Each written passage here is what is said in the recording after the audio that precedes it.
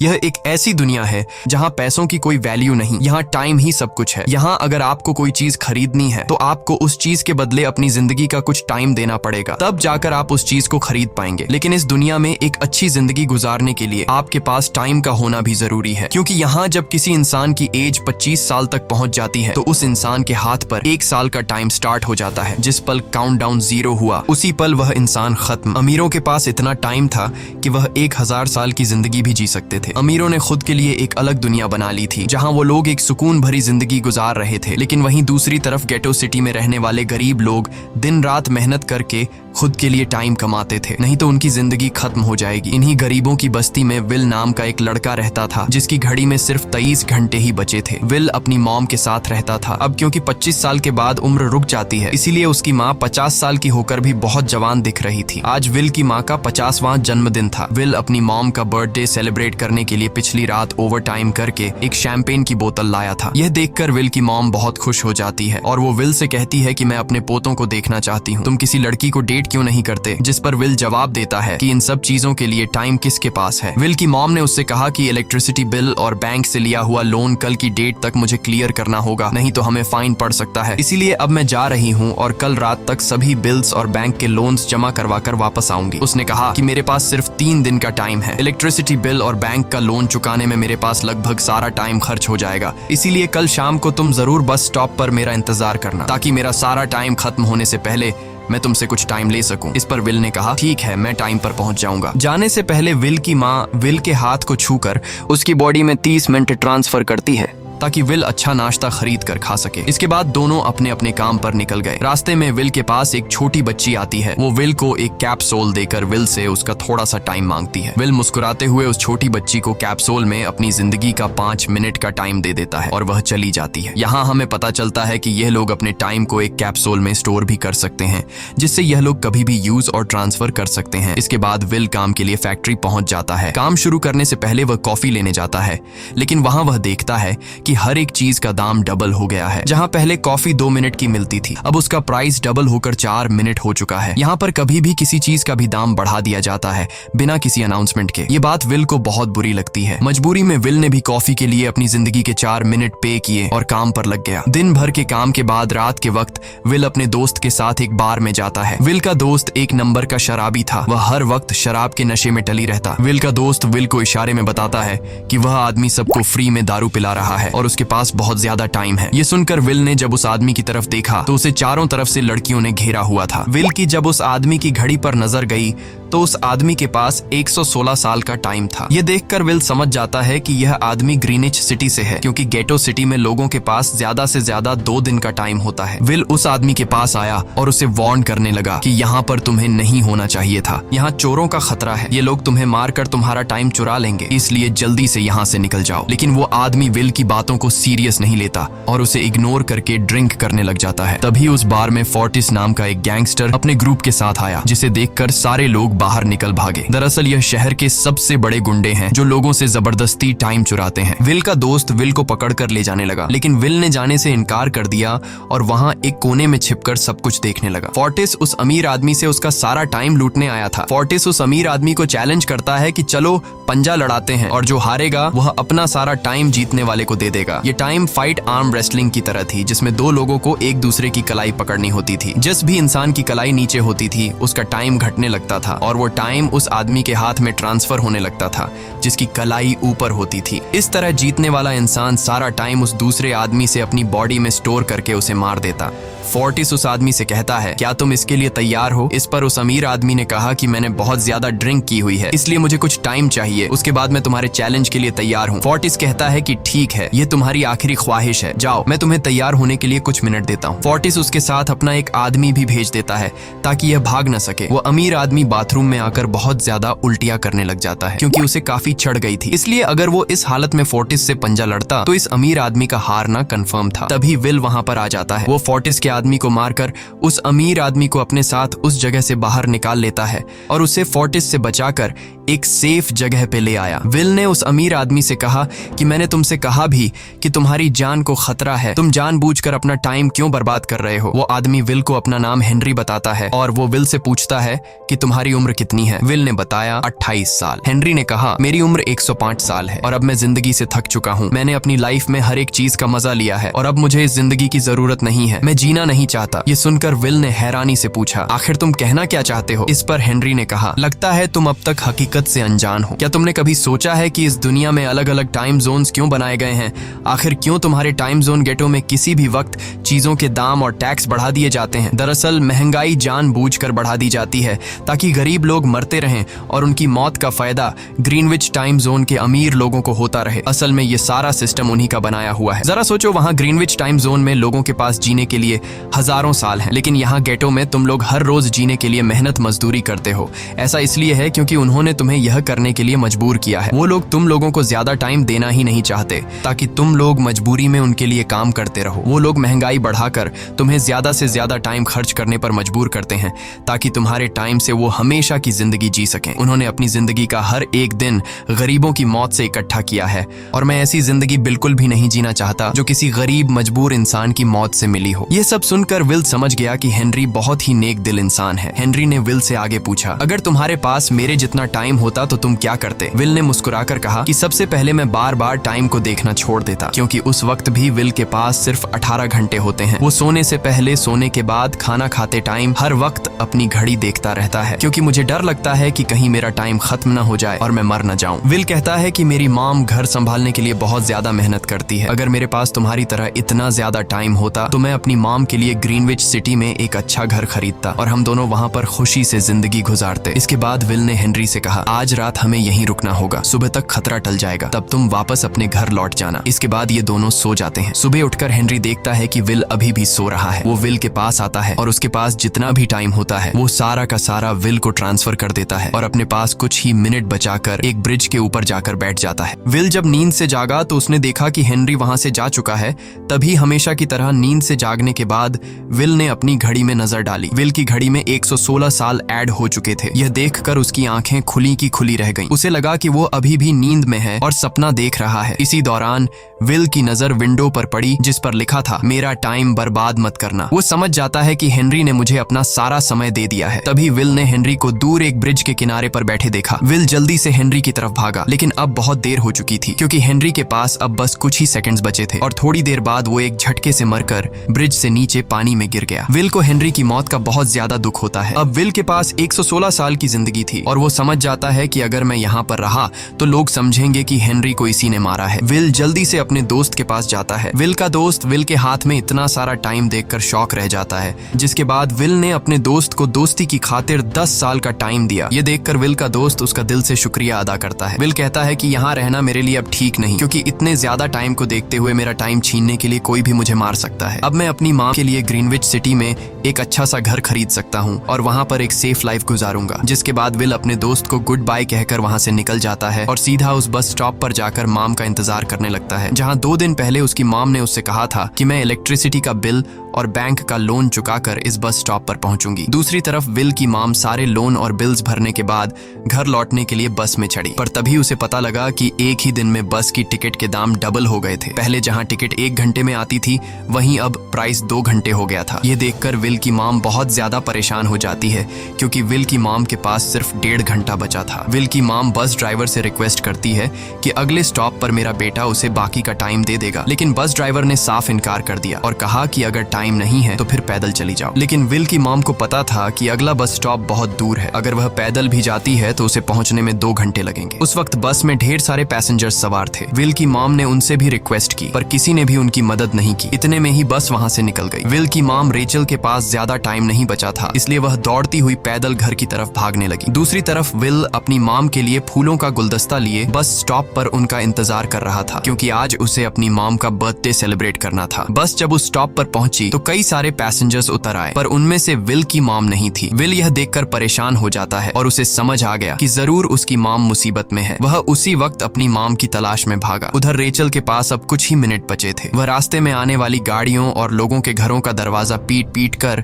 उनसे थोड़ा समय उधार मांग रही थी, लेकिन कोई भी उसकी मदद करने को तैयार नहीं था। इधर विल जब कुछ दूर गया तो उसे उसकी मॉम दौड़ती हुई नजर आ गई। अपनी मॉम को भागते हुए देख विल समझ गया कि उनके पास ज्यादा टाइम नहीं है। वह अपना हाथ आगे करके तेजी से उनकी तरफ दौड़ने लगा। उधर रेचल के पास अब सिर्फ 10 सेकंड्स ही रह गए थे। वह भी पूरी तेजी से विल की ओर भाग रही थी, लेकिन जैसे ही रेचल अपने बेटे विल के पास पहुंची, उसका टाइम खत्म हो जाता है और वह मर जाती है। यह देखकर विल को बहुत दुख होता है, क्योंकि उसने अपनी मॉम के लिए क्या कुछ नहीं सोचा था। वह चीख चीख कर रोने लगा। अगली सुबह तक हेनरी की डेड बॉडी टाइम कीपर्स को मिल चुकी थी। ये टाइम कीपर्स वहां पर इन्वेस्टिगेशन करते हैं। आज की दुनिया में टाइम कीपर्स होते थे जो पुलिस की तरह थे। इन टाइम कीपर्स का काम भी क्राइम को रोकना होता है। टाइम कीपर्स के ऑफिसर रेमंड ने उस जगह में अच्छी तरह से जांच की, लेकिन उसे कोई भी क्लू नहीं मिला। तभी रेमंड की नजर उस ब्रिज के पास लगी। वह सीसीटीवी फुटेज चेक करने सीसीटीवी रूम के लिए निकल पड़ा। दूसरी तरफ विल समझ चुका था कि उसकी मॉम की मौत के लिए ग्रीनिच में रहने वाले अमीर लोग ही जिम्मेदार हैं, जिन्होंने गेटो शहर के लोगों को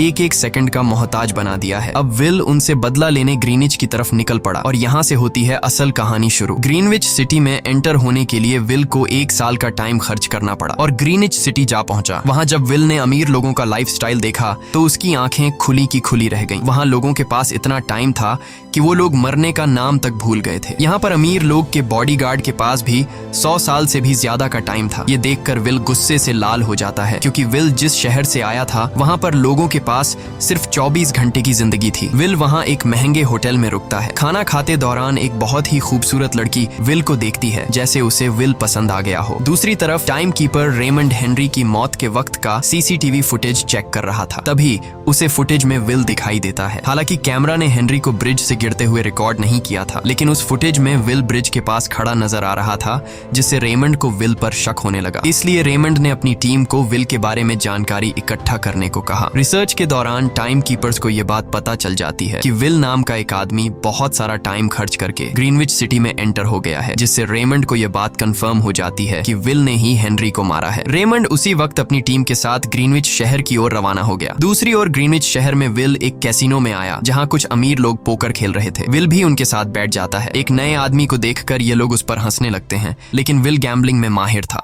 आज उसके लिए अमीरों से पैसे निकालने का सबसे अच्छा मौका था। विल ने फिलिप नाम के एक रईस आदमी के साथ पोकर की बाजी खेली। फिलिप यहाँ का सबसे रईस इंसान है। उसके पास खुद का एक टाइम बैंक है जो लोगों को लोन पर टाइम देता है। फिलिप के साथ उसकी डॉटर भी बैठी होती है। यह वही लड़की है जो कुछ देर पहले विल को गौर से देख रही थी। गेम जब शुरू हो जाती है तब विल अपनी लाइफ का सारा टाइम दांव पर लगा देता है और अपनी माइंड के बदौलत वो फिलिप से 1100 साल जीत जाता है। यह देखकर फिलिप की बेटी सिल्विया विल से काफी ज्यादा इम्प्रेस हो जाती है। उसने विल को कल रात अपने घर पार्टी पर इनवाइट किया। फिर अगली शाम विल एक नई नवेली कार खरीदकर फिलिप की पार्टी में जा पहुंचा। वहीं पार्टी के दौरान विल और सिल्विया डांस करने लगते हैं और सिल्विया मन ही मन विल को दिल दे बैठी। वो अपनी दिल की बात विल से करने ही वाली थी कि तभी टाइम कीपर रेमंड अपनी टीम के साथ वहां पहुंचता है और विल को पकड़ लेते हैं। विल को खूनी समझकर सिल्विया भी उससे नाराज हो गई। रेमंड ने सबसे पहले विल का सारा टाइम उससे छीनकर सिर्फ 2 घंटे दिए। उसके बाद वो विल को हेनरी के खून के इल्जाम में गिरफ्तार करने लगा। रेमंड विल से पूछता है कि तुमने हेनरी को क्यों मारा। विल उसे कहता है कि मैंने उसे मारा नहीं था,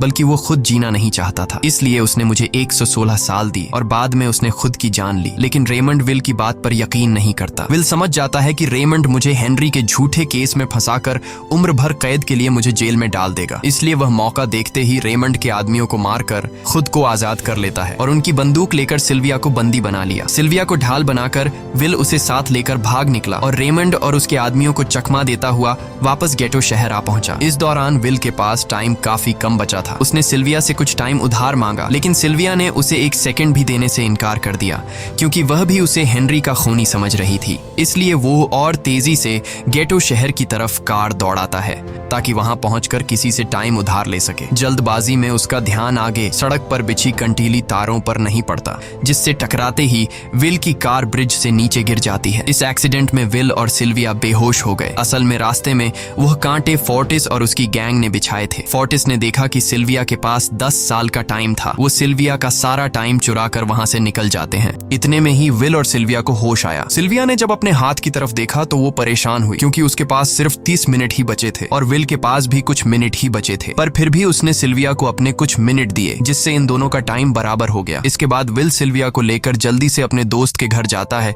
जिसे उसने 10 साल दिए थे। जब उसके दोस्त की वाइफ ने दरवाजा खोला और उसने विल को देखा तो उसने विल से नाराजगी जताते हुए कहा, तुम्हारे दिए हुए 10 साल ने मेरे हस्बैंड की जान ले ली। उसने सारा टाइम शराब में उड़ा दिया, जिससे उसकी मौत हुई। ये सुनकर विल मायूस हो गया, लेकिन अब इंद्र यह दोनों जल्दी से कुछ नहीं करते तो इनकी भी मौत पक्की थी। तभी विल ने सिल्विया के कानों में ईयरिंग देखी जो हीरे की थी। उसे बेचकर विल और सिल्विया को 2 दिन का टाइम मिल गया। इसके बाद विल सिल्विया को लेकर फोन बूथ पर आया। उसने सिल्विया के पिता फिलिप को कॉल किया और बताया कि उसकी बेटी अब तक सही सलामत है। उस वक्त रेमंड भी फिलिप के पास ही मौजूद था और विल को भी पता था कि रेमंड भी वहां मौजूद है। विल ने सिल्विया को छोड़ने के बदले 10,000 साल का टाइम मांगा और वो 10,000 साल टाइम बैंक के जरिए गरीब लोगों में बांटने को कहा और कल सुबह तक का टाइम दिया। हालांकि फिलिप के लिए यह रकम कुछ भी नहीं थी, पर फिलिप किसी भी कीमत पर गरीबों को टाइम नहीं देना चाहता था। इधर विल सिल्विया को अपने घर ले आया, जहां पर दोनों सुबह होने का इंतजार कर रहे थे। इसी दौरान सिल्विया ने विल से पूछा कि उसकी फैमिली कहाँ है। इस पर विल ने बताया कि पिछली रात ही टाइम न होने की वजह से मेरी माँ की डेथ हुई। ये सुनकर सिल्विया को बहुत बुरा लगता है और उसे एहसास होता है कि यहाँ गरीब लोग हर पल मौत के डर में जीते हैं। उन्हें एक दिन का टाइम कमाने में कितनी मेहनत करनी पड़ती है। अगली सुबह बैंक खुलते ही विल और सिल्विया खिड़की से बैंक पर नजर रखने लगे, लेकिन बैंक ने गरीबों में टाइम नहीं बांटा। सिल्विया यह देखकर बहुत मायूस हो गई कि टाइम के आगे उसके पिता के लिए अपनी बेटी की भी कोई कीमत नहीं थी। अब सिल्विया को समझ आ गया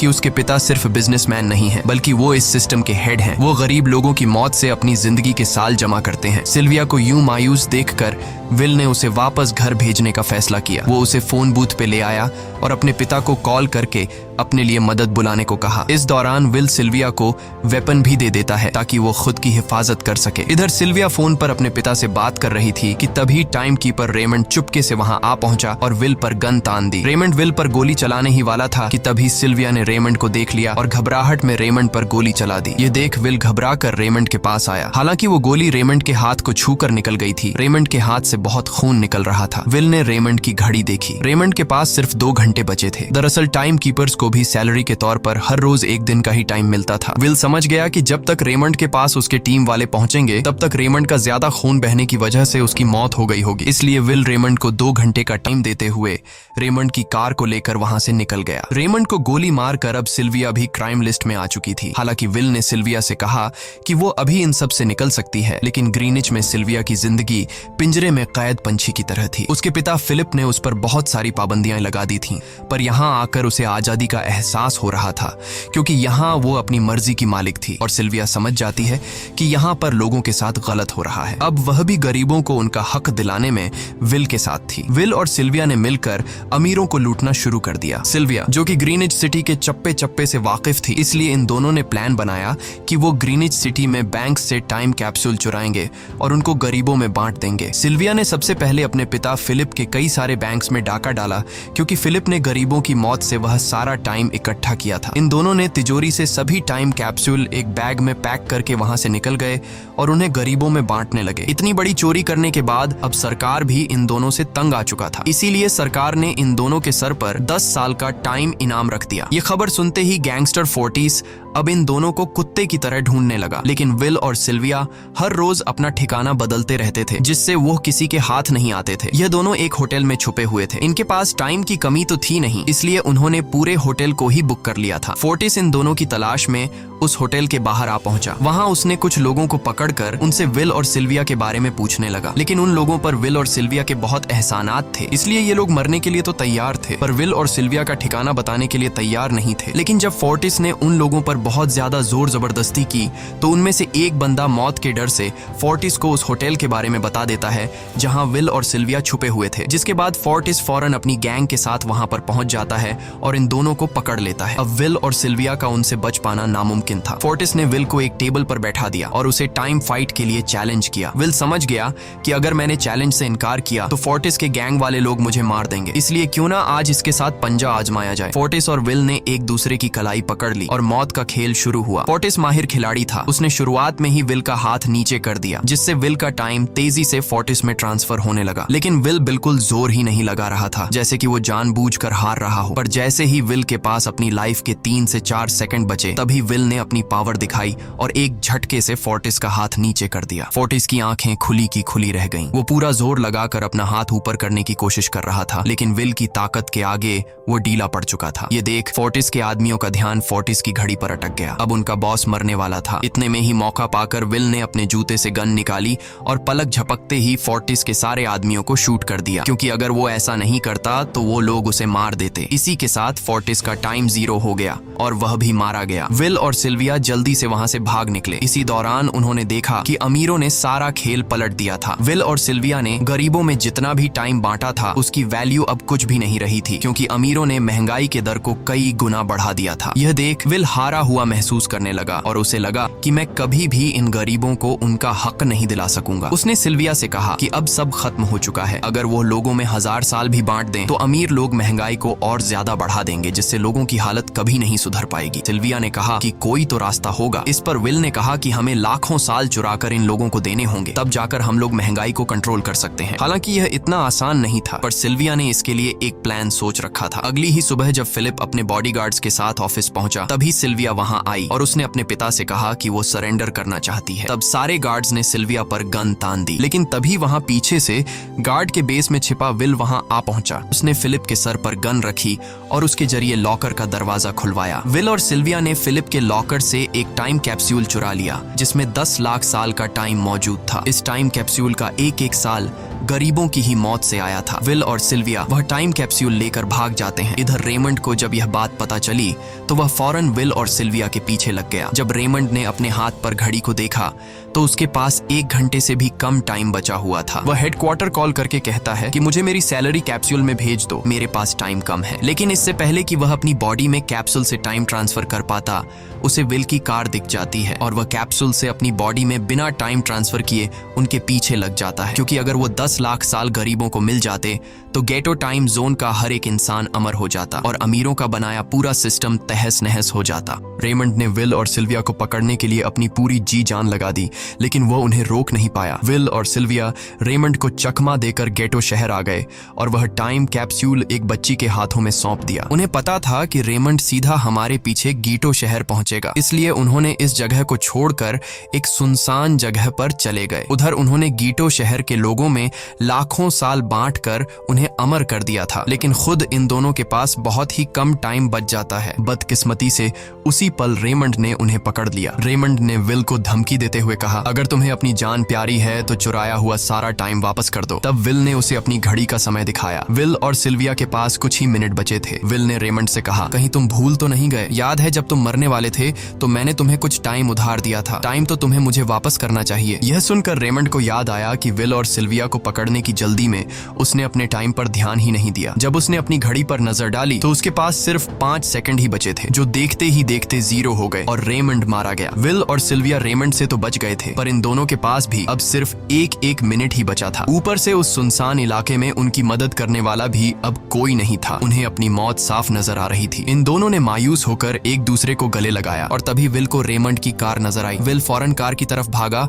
और वहां पहुंचकर उसने रेमंड की सैलरी का टाइम अपनी घड़ी में ट्रांसफर कर दिया। इसके बाद वह सिल्विया को भी टाइम देने उसकी ओर भागने लगा। सिल्विया भी तेजी से विल की ओर दौड़ रही थी। सिल्विया के पास कुछ ही सेकंड्स बचे हुए थे। यह बिल्कुल उसी तरह का पल था जिस तरह से विल ने अपनी मॉम को खोया था। विल ने अपनी मॉम को तो खो दिया था, पर सिल्विया को नहीं खोना चाहता था। विल सिल्विया के बिल्कुल करीब ही था, पर तभी सिल्विया विल की बाहों में गिर पड़ी। लकीली विल ने सही वक्त पर सिल्विया का हाथ थाम लिया था, जिससे उसकी जान बच गई। विल और सिल्विया की बदौलत अब उन्हें 1-1 घंटे कमाने के लिए फैक्ट्रीज में काम करने की जरूरत नहीं थी। वह सभी अपने सपनों को पूरा पूरा करने ग्रीनिच शहर की ओर निकल पड़े, जिससे अमीरों का बनाया सारा सिस्टम फेल हो गया। वहीं इसी के साथ यह कहानी खत्म हो जाती है। अगर आपको वीडियो अच्छी लगी हो तो हमारे चैनल को सब्सक्राइब और वीडियो को लाइक जरूर कीजिएगा।